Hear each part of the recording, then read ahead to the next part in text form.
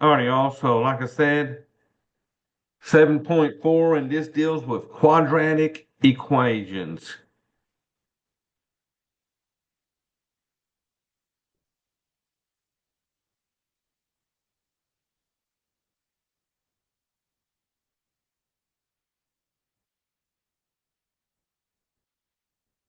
All right, so what makes these quadratic equations is that they have these x squared terms. And the x squared terms are the highest exponents they have, okay? And so these x squared terms is what's making these quadratic. Now remember, when you graph these are the ones that made the nice U-shaped parabolas, okay? So quadratic equations come in this form: ax squared plus bx plus c equals 0. Okay. Now, one way that y'all've learned to solve these was by factoring. So there's three ways to solve quadratic equations.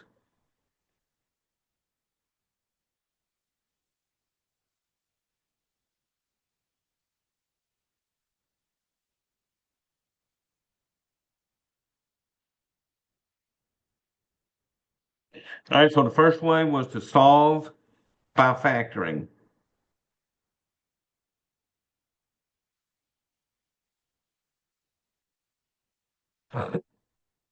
But y'all, this only works if the quadratic equation factors. Okay. The second way to solve is by square roots.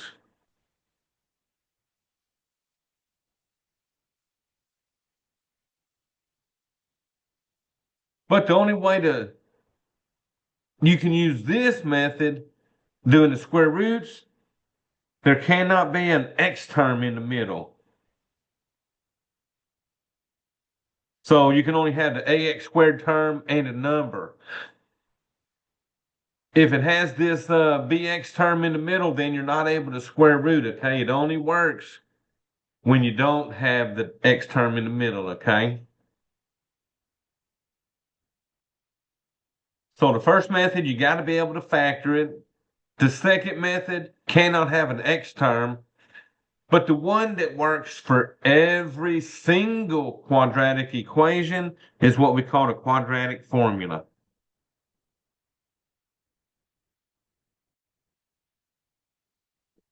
It will solve every single quadratic equation, okay? So the quadratic formula, and I'll give you the formula real quick, and then we're going to play with a few things before we actually start using it, okay?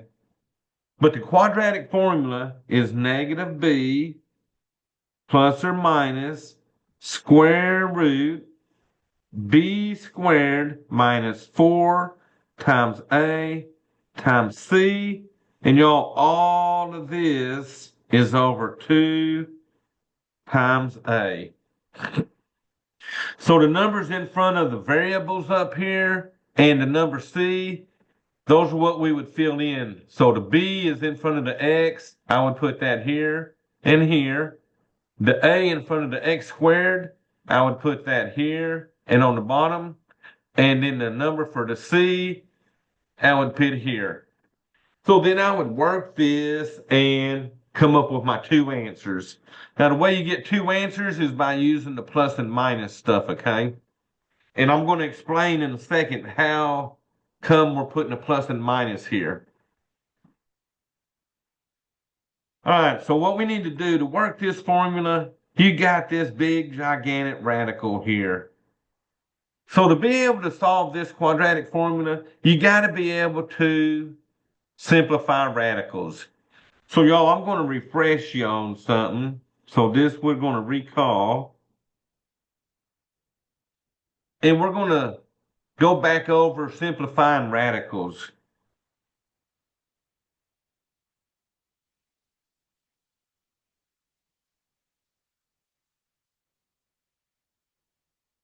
And by radicals, I'm talking about square roots.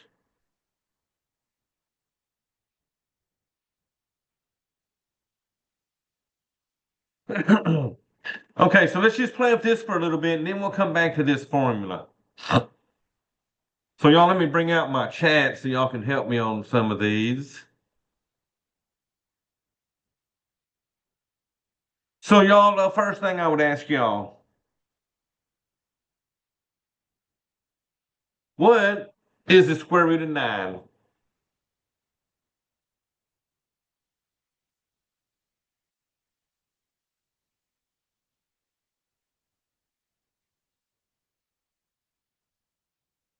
Hey, also what y'all saying? Square root of 9 is what?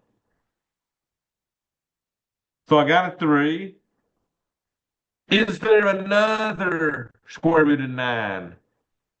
Because 3 times 3 equals 9. That's perfect for one of them. Oh, but I differ with you. I think there is another square root of 9. What about -3? Because y'all remember, -3 times -3 is 9, so that works. 3 times 3 is 9, so that works.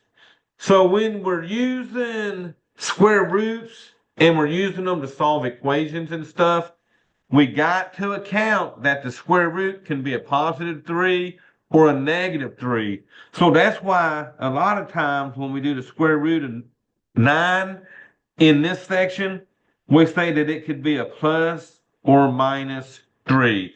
So this is shorthand saying that it could be a +3 or it could be the -3. That's why the quadratic formula has that plus or minus in front of that radical, because the square root could be a positive number or the square root could be a negative number, okay? So that means if I ask y'all the square root of 25, square root of 25 would be what? There you go. A plus or minus 5 on that, y'all. Because 5 times 5 is 25.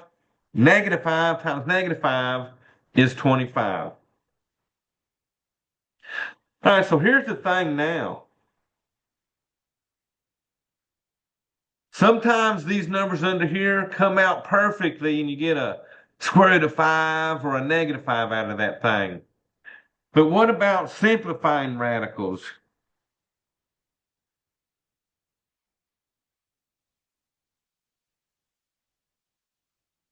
Because these are what we call perfect squares. Perfect squares come out as a single number. So y'all right here,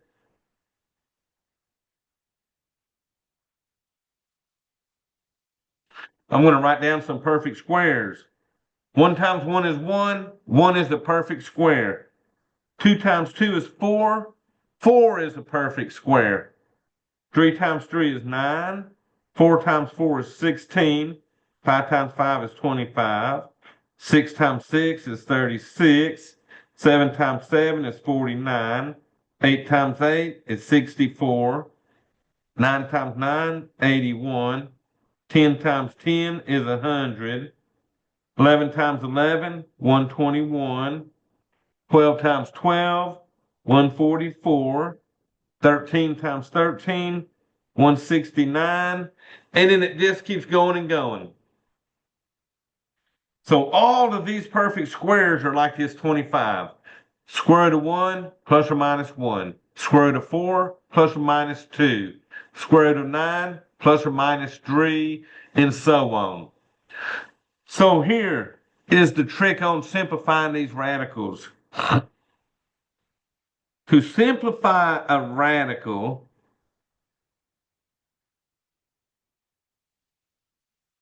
we must remove all factors that are perfect squares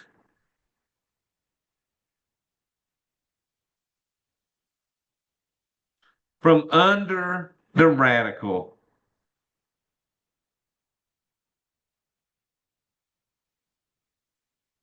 So the number under that radical, if it contains one of these factors, you got to break these factors out of it, okay? So let's play with one. And I'll start out sort of mellow on this. How about we do a square root of 20? So y'all, my first question was, does this square root of 20, does this 20 have any of these numbers that are perfect squares as a factor of it?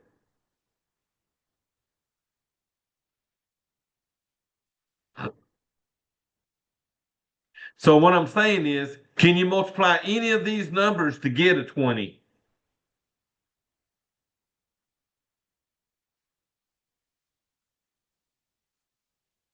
Oh, y'all, I got y'all on that one, because listen.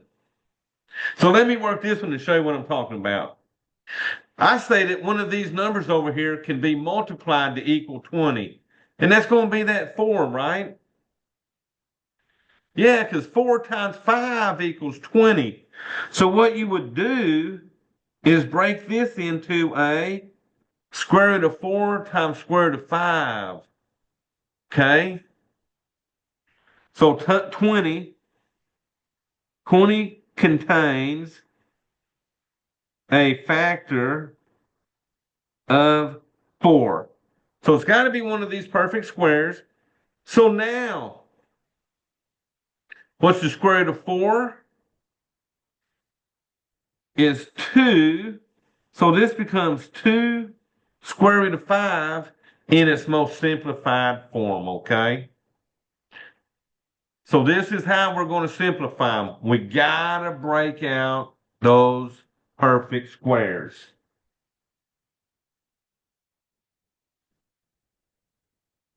All right, so y'all play with this one. Square root of 50. Let's simplify this. Does this square root of 50 have any of these perfect squares that are factors of it?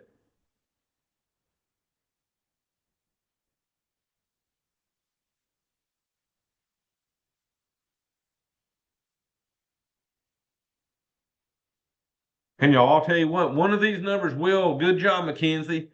25. 50 is 25 times 2. So we would make this 25 times 2. Under the radical, 25 times 2 is still 50. So now, to simplify this to last the rest of the way, what's the square root of 25? So y'all, this becomes a 5 square root of 2. All right, y'all. Square root of 18.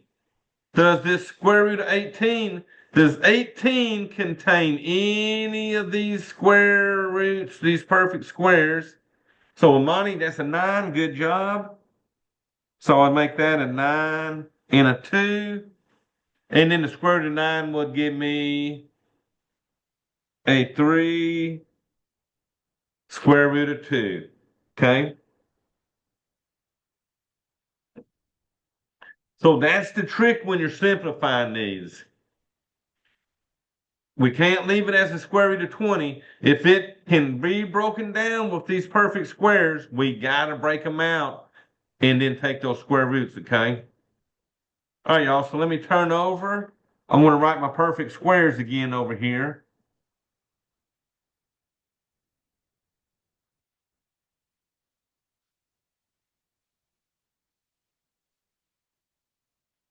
Okay, so 1, 4, 9, 16, 25, 36, 49, and then I go what? 64, 81, 100, 121, 144, and 169. So these are my perfect squares. So y'all, here's another one.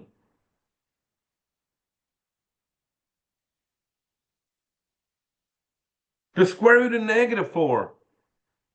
But remember, a positive times a positive equals a positive number.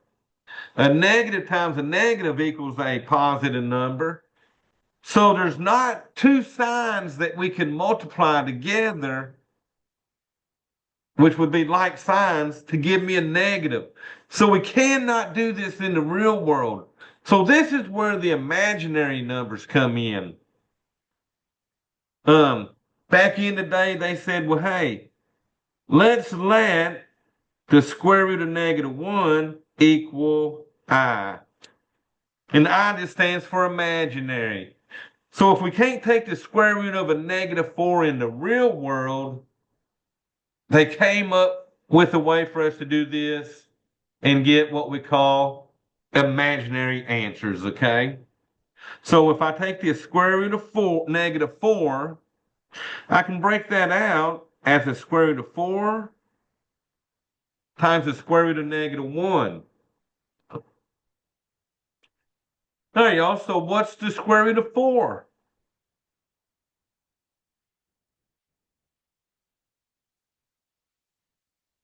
All right, so that would be a 2. Now remember, I can't take the square root of -1, but I can replace that square root of -1 with I. So if you take the square root of a negative number, you're going to get an imaginary answer. And that's all this I means, is that we tried to take the square root of a negative number and that made it imaginary, okay? So these are what we call imaginary numbers, okay? So try this. Square root -49. So what do we think the square root of this -49 is going to be? Mm-hmm. All right, Amani, give me a little bit more. I know it's a 7, but what else? Mm-hmm. So you would make this a 49 and a -1.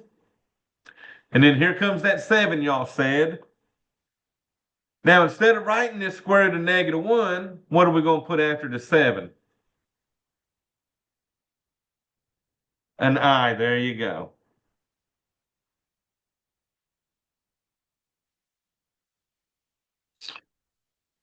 Hey, y'all. So if it's negative under the square root, it's going to come out as an imaginary answer. Now, what if I had this? Oh, let me try a -45. So 45 is not a perfect square. But let me ask y'all this. Does the 45 contain a factor over here that's a perfect square? And it definitely does, right? That 9. 9 times 5 is 45, and 9 is a perfect square. So let me show you how I would write this. I would do my 9, then I would do my -1, then I would do my 5.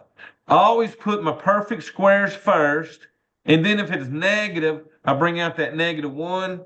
Then I put my 5 last. Because the 5, it's going to stay under the radical. Nothing I can do with that. But square root of 9 comes out as a 3. Square root of -1 we cannot take, but we replace that with the I. And then, y'all, you can't do nothing with that square root of 5. So that comes down. So this is the way you simplify a radical if it's negative. You're going to have imaginary answers, okay? Now, y'all, let me show y'all a trick. To find factors on the calculator,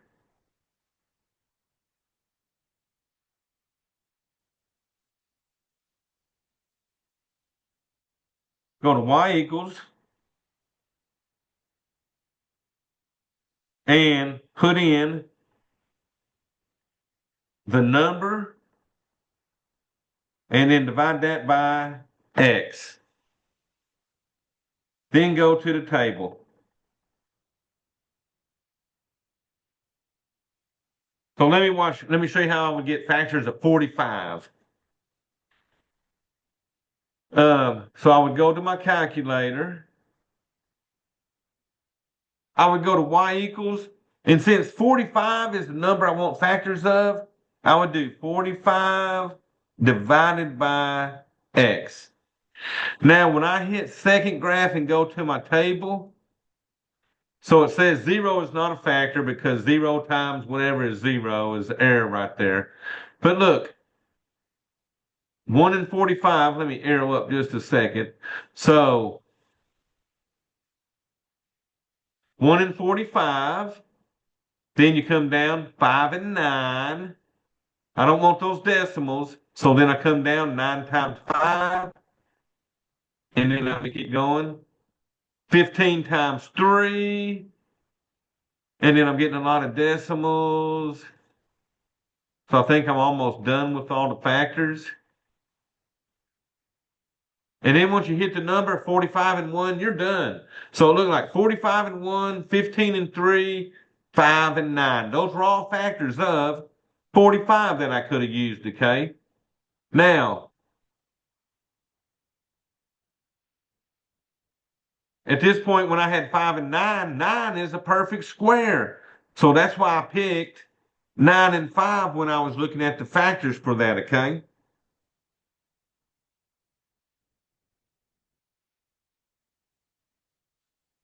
All right, y'all, so that's a little bit of review on these radicals for you, okay? So now we're going to start using this quadratic formula to solve our equations, okay?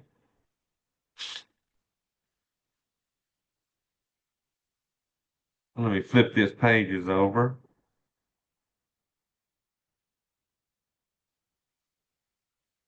All right, so new terminology for you. When I talk about a zero, these are solutions to quadratic equations. And the reason we call them zeros is because these solutions are equal to the x values. So they are equal to the x values of the x-intercepts of the graph. That means if you was to graph these parabolas where it crosses the x-axis, those x values are going to equal the solutions to the equation, okay? And remember, x-intercepts have an x value and then a 0 for the y because that's where it's crossing over is that 0 for the y's, okay? So they'll have a few questions later in 4.8 about those. But just realize that when I talk about a 0, that's the solutions. So these exercises, instead of saying find the solutions, these ones are going to say find the zeros. And like I said, that means the solutions, okay? So here's number one. F of A equals A squared plus 15A plus 54. So remember, I'm going to take this and set it equal to 0.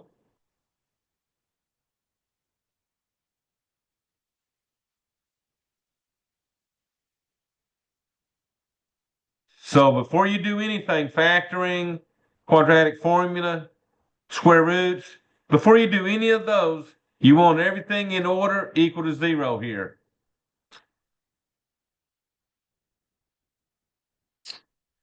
Now, this one would factor, but I'm not actually going to factor this one. I'm going to use the quadratic formula and show you how you get two answers. Because remember, the quadratic formula It works every single time, okay? Now, if you were to factor this, you would have 9 and 6. So let's do it both ways. Let me show you how you can factor this one, and then we will do the quadratic equation, okay? So here we're going to factor first. So this will be solving it by factoring.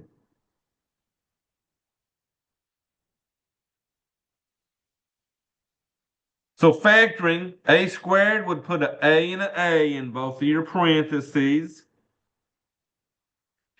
Now, look here. When you're factoring, if the last number's positive when you're factoring, both of these factors would have the same sign as the middle number. So if this is positive and this is positive, both of these will be positive. If this was positive and this was negative, then both of these would have been negative, okay? All righty. Now I know my signs are going to be. So now, since this last number is positive, I need to find factors of 54 that equal 15. So find factors of 54 that add to get 15. All right, y'all, so that's a tricky number, 54. So if nothing else, we can go to the calculator. And let me show you how I can do that. I can go to my calculator, go to y equals, clear that one out, and I'm looking for factors of 54. So I'm going to do 54 divided by x. Now remember, my factors got to equal 15 when I add them. So let me go to my second graph for my table. All right, so 1 in 54, that's too big. 2 in 27, that's too big. 3 and 18, that's still too big. But y'all look here. 6 and 9. 6 and 9, good job. They add up to get 15. So one of these I would put my 6, one I would put my 9. Now, once you got it factored, you're going to set both of these equal to 0. So basically, once you're factored it, the rest of the problem is just getting it. You're changing the signs basically, because the zeros always have opposite signs than the factors. So right here, you would subtract 6 from both sides and get a as a negative 6. So if the factors are positive 6, the zeros are negative 6. And same thing here, subtract 9 and get a equals a negative 9. So this is what you would do if you were factoring. But y'all, let's do the same problem over here. And we'll do the quadratic formula.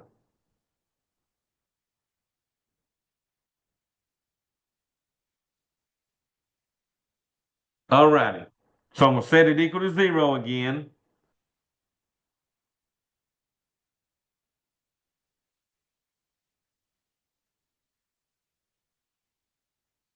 So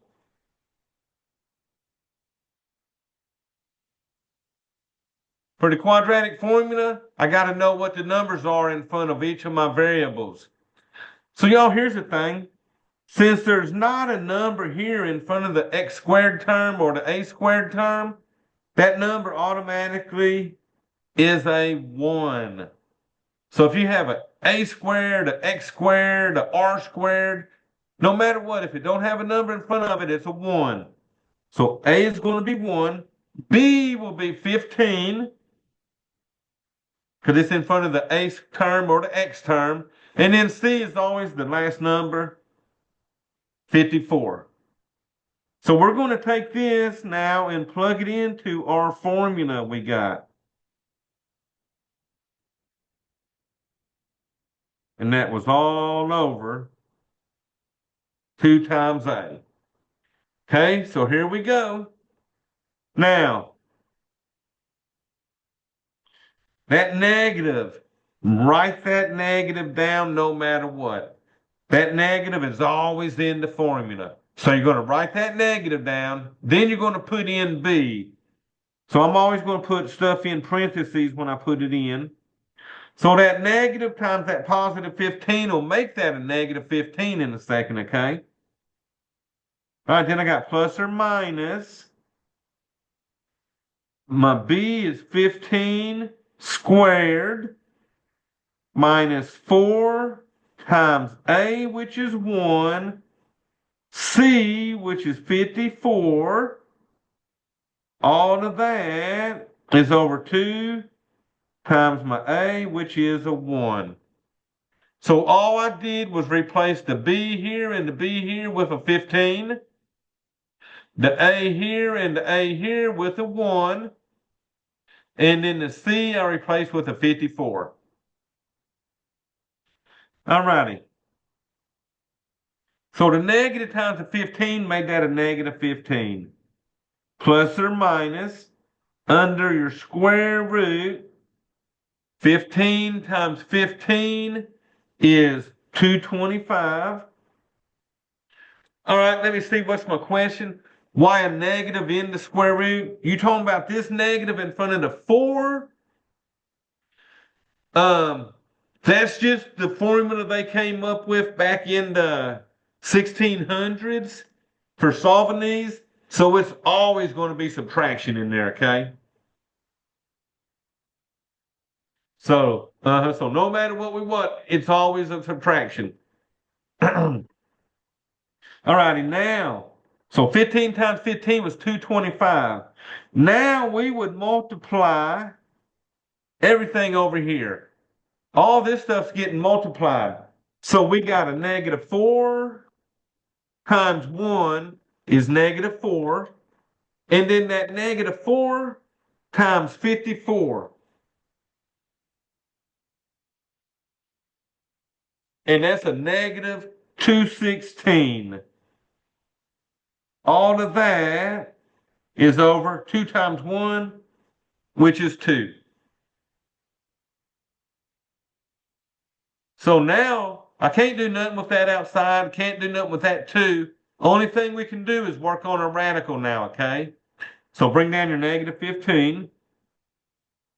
Plus or minus square root 225 minus 216 leaves me a 9 all over 2.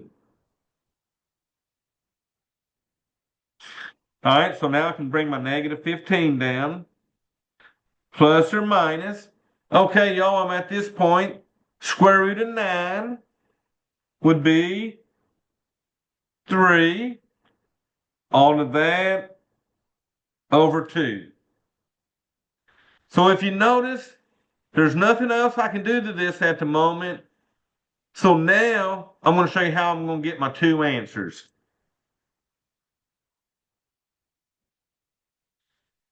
So the first answer, you're going to take the negative 15, add 3, divide by 2. So negative 15 plus 3 and divide by 2. That'll give us our first answer. My second answer, I'm going to take the negative 15 minus 3 over 2. So negative 15 minus 3 over 2. So that's where the square root could have been 3. So negative 15 plus 3. Or the square root could have been a negative 9. So negative 15 minus 3 over the 2, okay? So we got to account for 3 times 3 or negative 3 times negative 3, making that 9. So here's my 2 answers. So let's see what we get. Negative 15 plus 3 is a negative 12 divided by 2. And negative 12 divided by 2 gives me negative 6. Well, that's what we got factoring. And then this one, negative 15 minus 3 is a negative 18 over 2, which gives me a negative 9. So both of these answers can be gotten by quadratic formula, okay? So check this out. The quadratic formula can be used to solve any of the ones I can factor, but factoring cannot solve every one that I can do with the quadratic formula. So you're limited on the factoring. If it don't factor, then you just can't do that, okay? Alrighty, y'all. So quadratic formula can find real solutions like that. So let's move on with it.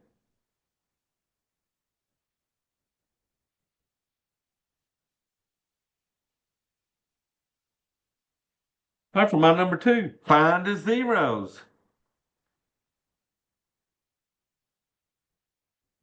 All right, y'all giving me f of x equals x squared minus 6x minus 4.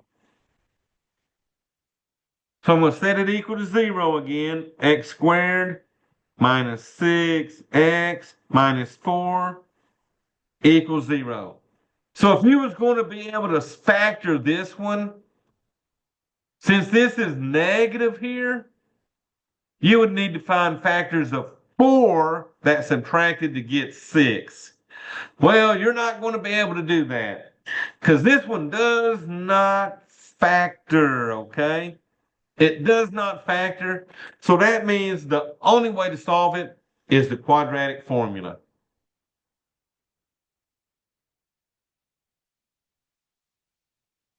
So the first thing you got to be able to do is tell me what the 3 numbers are for A, B, and C. Remember, there's not a number in front of the x squared, so that means A is going to be A1. B will be the negative 6. And then what do you got? Negative 4 for my C, okay? All right, y'all. Then we're going to plug it into our formula. X equals negative times B, which is a negative 6. So remember, the negative is always in the formula. Then I'm putting in B, which is a negative 6, plus or minus square root. B squared will be negative 6 squared minus 4 times A, which is 1, and C, which is a negative 4. All of that over 2 times A, which was 1.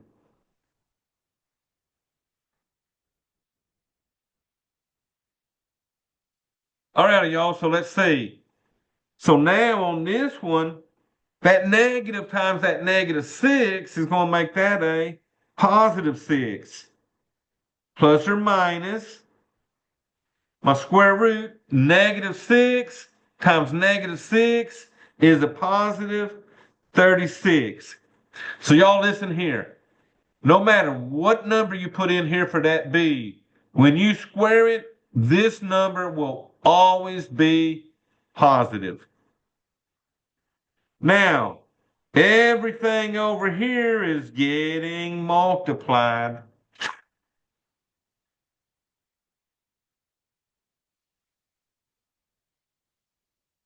That's a negative 4 times 1, which is negative 4.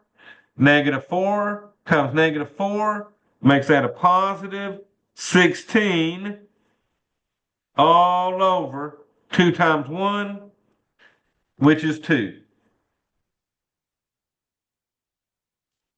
All right, so let's see. Next thing, all we can do is add that 36 and 16. So that gives me 6 plus or minus 36 and 16 is 52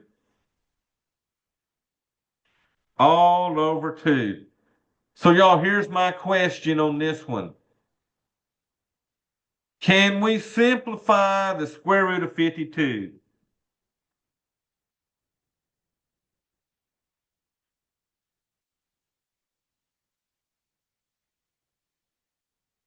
So y'all remember how I showed you to find factors of 52? We need to find factors of 52. So let's go to our calculator. Oh, you done got me, Jason. Good job. It has a perfect square of a 4 in it, y'all. So we would make this a 4 times 13. So good job on that. So the 4 gives me what? A 2 square root of 13. Okay? So I'm going to replace square root of 52 with a 2 square root of 13.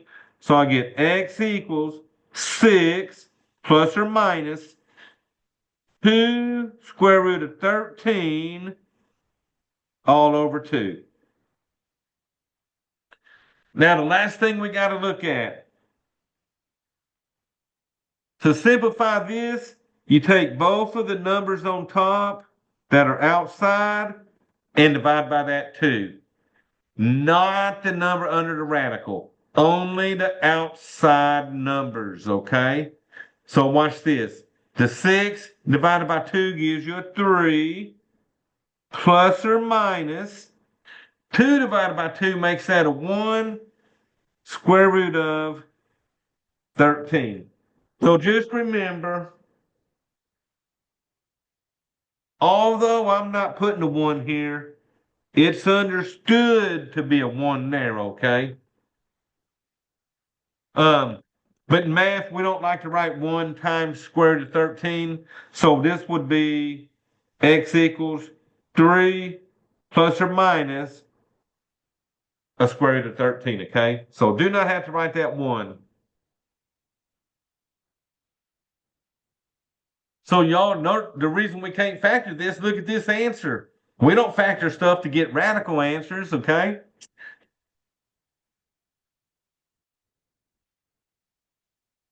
So y'all, the trick on these is going to be able to, some of these you have to simplify them radicals, okay? And get this kind of stuff going on. So if that's the case, then use that graphing feature to help you.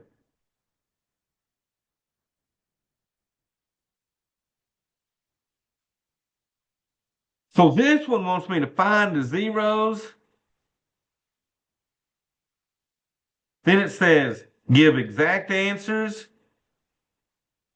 and approximations. So the exact answers are going to be using the radicals. And then when they say approximate, that means decimals. So they want me to show you how to do both on this one. Now, when I do the approximations, those are going to be 3 decimal places when I do those, okay? All right, so let's see what we got. We got x squared plus a 3x minus 5 equals 0.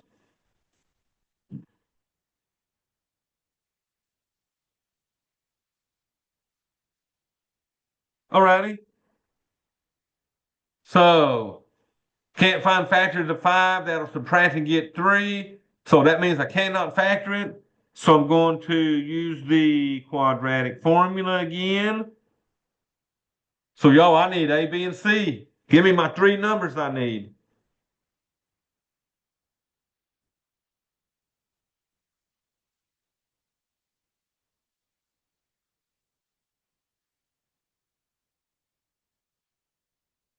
All right, so 1.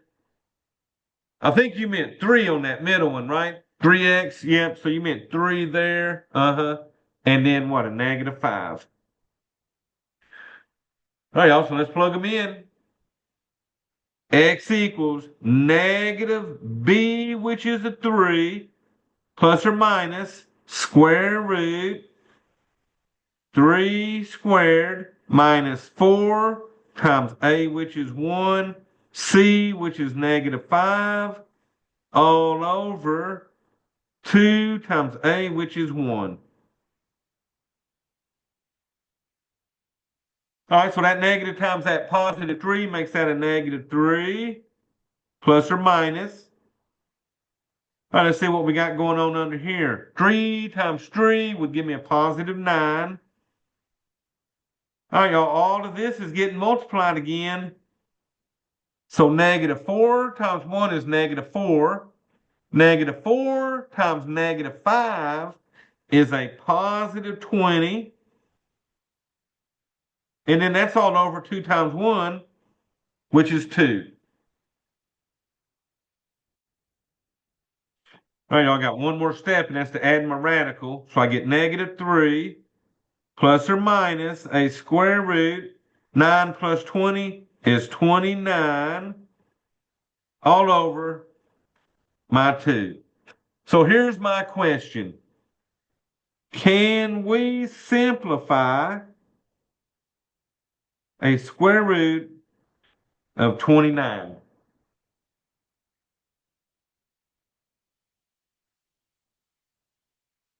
Well, Jesslyn, why are you doubting yourself? You was correct. You can't divide that by no 4. You can't divide it by what's next, 9. You can't divide that by 16. You can't divide it by 25. Everything else is too big. So no, we cannot simplify this. So since we cannot simplify this radical, this is our final answer. We cannot go no further on this because we weren't able to simplify that square root of 29, okay? Now, we're going to punch this in the calculator twice to get our decimal approximations, okay? So this is called the exact answer. So the exact answer uses the radicals and stuff. Now let me show you how I would approximate it. So I would go to my calculator. Let me get on my main screen here. So second quit. So I'm going to make it look like a fraction. So alpha y equals and enter. So the first time I had negative 3 plus, oh, let me write one in real quick. So negative 3 plus square root is over here. You would hit the blue second button and then the x squared. And under there, I had a 29. Then I would go on the bottom of the fraction and put my 2. So this will do the negative 3 plus square root of 29. So I get a 1.19. So the third decimal place is the 2. But y'all, that 2 has a 5 after it. So anytime you got a 5, 6, 7, 8, or 9 following your number, you're going to round it up. So that's going to be a 3 instead of a 2. So that'll be 1.193. That's one of them. Now to get the other one, I would hit alpha y equals and enter. This time I'm going to do negative 3 minus square root second x squared of 29. And then I'm going to go to the bottom and put in my 2. So this will give me my second answer. And I hit enter. That was going to give me a negative 4.19. And y'all, once again, the 2 has a 5 after it. So I'm going to round that up to a 3. You'll notice the decimal part on both of these will be the same always. The 0.19258 and so forth, okay? Because that's still the radical part on both of those, okay?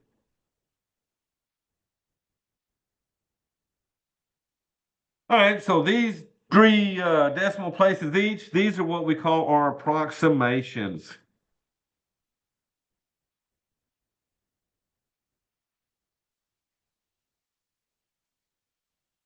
And y'all, that's the tricks with these is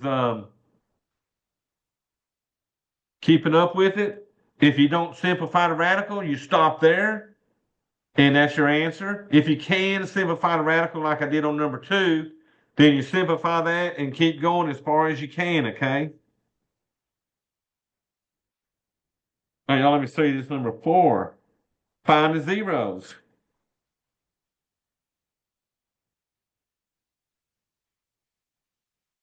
All right, so they're giving me f of x equals 4x squared minus x plus 8.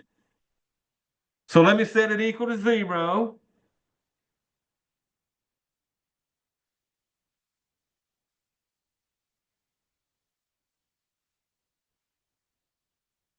All right, so y'all, let's see. Give me A, B, and C on this one. It's a little trickier.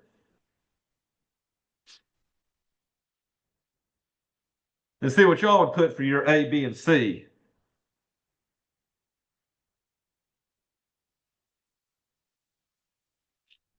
Now, what do you got? A 4? Because I got a 4. What do you got next? -1? Perfect. So there's not a number here. So that makes that a -1. Good job. And then your 8. All right, so here we go. Negative times B, which is -1, plus or minus square root with B, which is -1 squared, minus 4 times A, which is 4, and C, which is 8, all over 2 times my A, which is 4.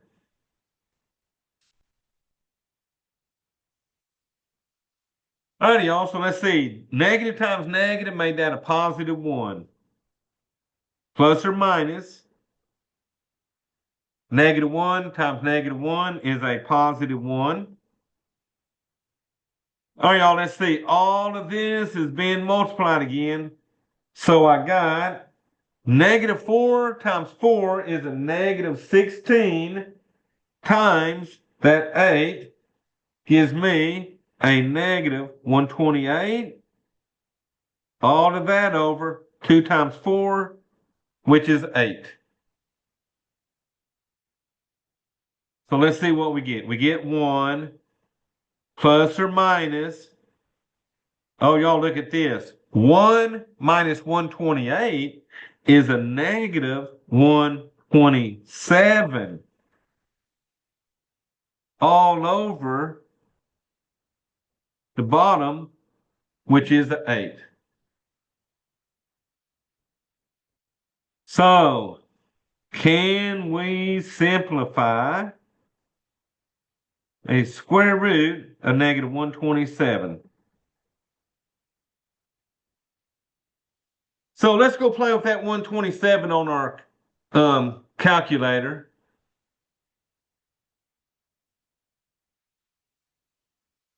So I'm going to go to y equals and clear that out. So my number is 127. Divide that by x, and let's go to the table. Second graph for my table. So 1 and 127 are factors. And y'all look at that. Everything else looks like decimals.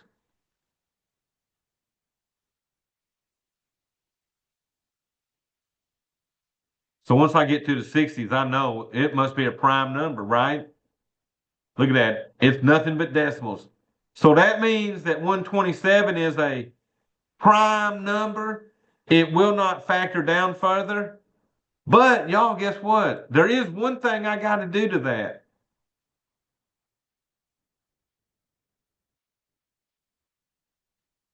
Exactly. Good job. I got to break out that -1 and make this an imaginary answer. So this will break into an I square root of 127. So we cannot leave negatives under the radical, okay? So I get 1 plus or minus I square root of 127 over 8. Now, y'all, here's the thing about these. When you got imaginary answers like this, we must write the answer in A plus BI form. That means we got to split it up, okay? So we make this into two fractions, 1 over 8. Then we got our plus or minus And then we do this, I square root of 127 over 8. Now you can do it this way, or you can do it like this. X equals 1/8 plus or minus square root of 127 over 8, and then put the I after that. I usually put my I's first, because if you accidentally put the I under the radical, it'll mark it wrong. So I always put my I first and then the stuff under the radical. That way the I don't accidentally get put under there, okay? But yeah, it'll take that either way on this one, okay? The main thing is you got to split it into we call this the real part and this the imaginary part. That's what this A plus BI means. You got your real part and then your imaginary. Okay?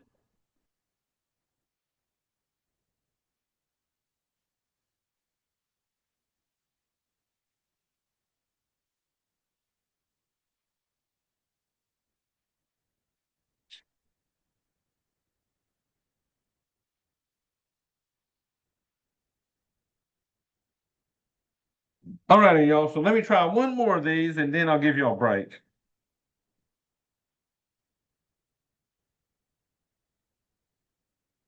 So this will be like number 6. Number 5 was like the other one. So f of x equals 3x squared minus 5x minus 7. All right, y'all. So I'm going to set it equal to 0.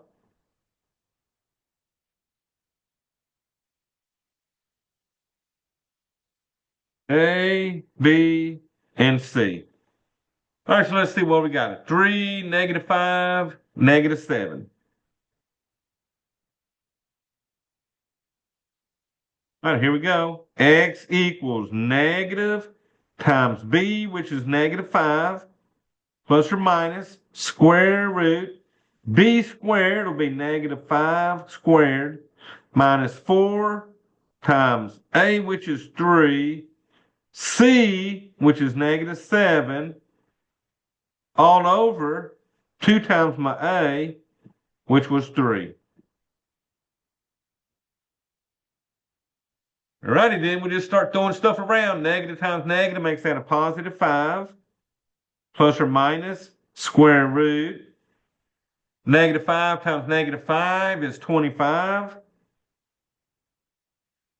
And y'all, all this gets multiplied again. So -4 times 3 is -12.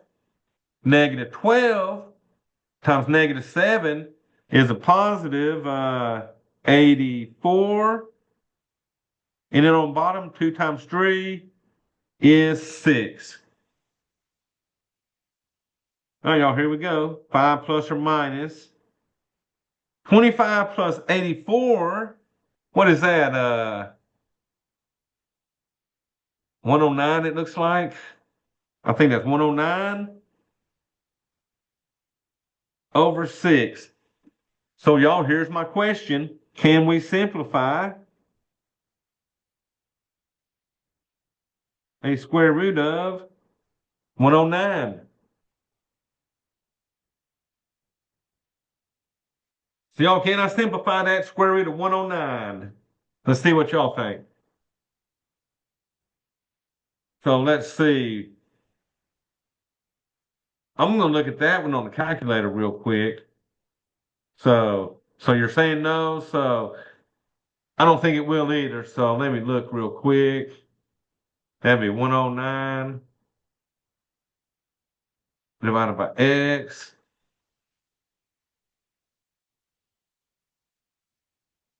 No, I think that thing's just going to give you a whole lot of decimals.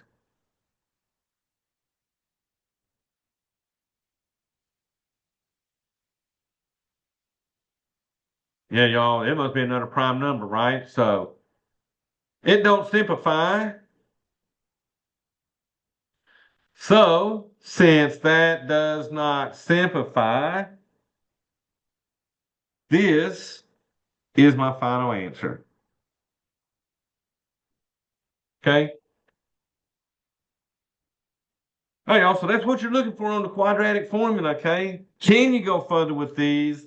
Like I had a few in the beginning that did, but if my radicals don't go no further, I'm done.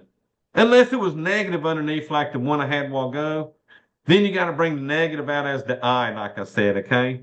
So, y'all, that's 11:01.